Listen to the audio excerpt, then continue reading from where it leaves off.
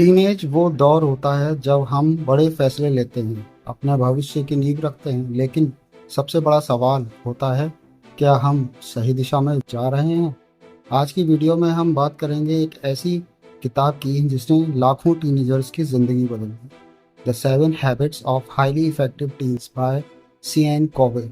इस वीडियो को अंत तक देखिए क्योंकि हर हैबिट के साथ एक रियल लाइफ कहानी और एग्जाम्पल भी मिलेगा जो आपको इंस्पायर करेगा।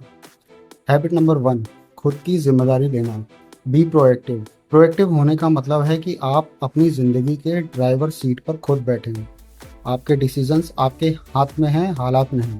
एग्जाम्पल के लिए मान लीजिए आपके एग्ज़ाम में नंबर कम आए। रिएक्टिव स्टूडेंट कहेगा टीचर की गलती है, पर प्रोएक्टिव स्टूडेंट कहेगा शायद मुझे और मेहनत करनी चाहिए थी। एक कहानी सुनाता हूँ।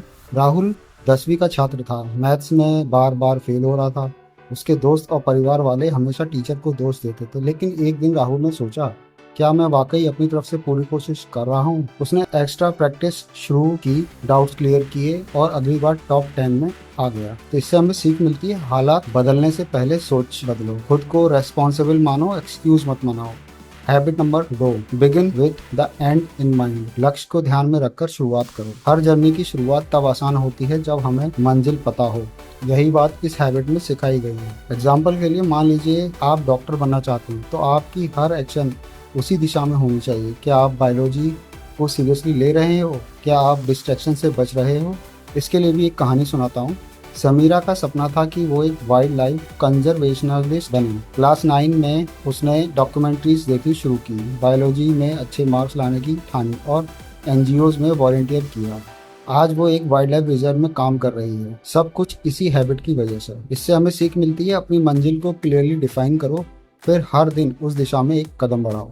Habit number 3, put first things first. जरूरी काम को पहले करो। आज के समय में डिस्ट्रैक्शंस बहुत हैं, मोबाइल, सोशल मीडिया, गेम्स, लेकिन सक्सेसफुल वो होता है जो जरूरी काम पहले करता है। उदाहरण के लिए आपके पास 2 काम हैं, एक असाइनमेंट कल जमा करनी है, दूसरा दोस्त के साथ पबजी खेलना है। आप क्या चुनेंगे? एक कहानी सुनाता हूँ। आरव हर बार असाइनमेंट्स लास्ट मिनट करता था और फिर पैनिक में रहता था, लेकिन एक दिन उसने टाइम टेबल बनाया, जिस सबसे जरूरी टास्क को सुबह करता और फिर रिलैक्स करता। अब इसका रिजल्ट क्या मिला? ग्रेड्स बेटर हुए, स्ट्रेस कम हुआ। इससे हमें सीख मिलती है, time management is equal to stress management.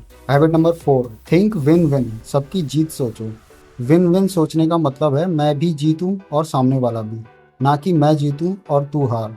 Example के लिए ग्रुप प्रोजेक्ट में आप अकेले क्रेडिट नहीं लेते, टीम को भी अप्रिशिएट करते हो। जैसे कि नेहा और उसकी फ्रेंड्स एक डांस कंपटीशन में पार्टनर्स थी, लेकिन नेहा को स्पॉटलाइट चाहिए थी। दोनों में झगड़ा हुआ और परफॉर्मेंस बिगड़ गई। अगली बार उन्होंने एक दूसरे की स्ट्रेंथ्स को यूज किया और शो जीत लिया। इससे हमें सीख मिलती है, collaboration is greater than competition.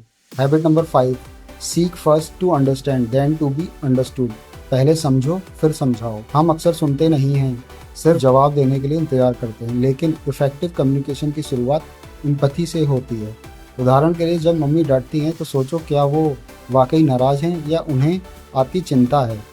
एक कहानी सुनाता हूँ। काव्या अपनी बेस्ट फ्रेंड से नाराज थी कि वो बात नहीं करती।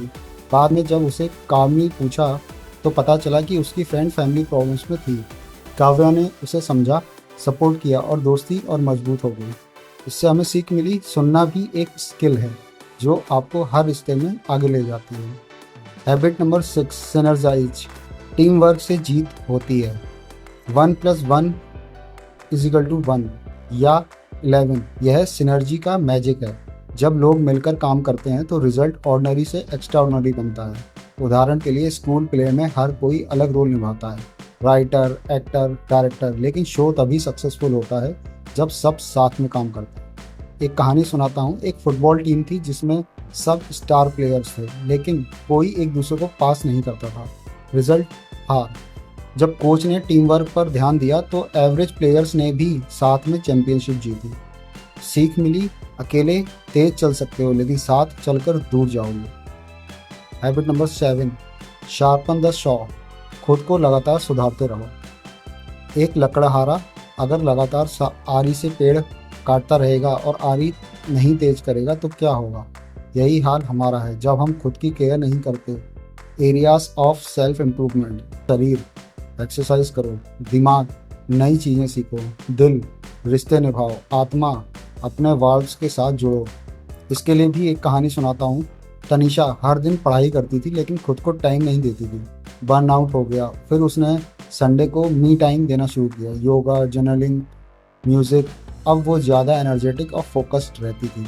इससे हमें सीख मिली, रिचार्ज करना प्रोडक्टिविटी की सबसे ज़रूरी कुंजी है। तो दोस्तों, ये थी 7 आदतें जो हर टीनेजर को अपनानी चाहिए। ये आदतें ना सिर्फ आपको सफल बनाएंगी बल्कि आपको एक बेहतर इंसान भी बनाएंगी। तो कमेंट में बताइए आपको सबसे ज़्यादा पावरफुल हैबिट कौन सी लगी। वीडियो अच्छा लगा हो तो लाइक करें, शेयर करें और सब्सक्राइब करें, और उन दोस्तों के साथ इसे शेयर करें जिन्हें इससे मदद मिले। तो मैं मिलता हूँ अगली बुक की समरी के साथ। धन्यवाद।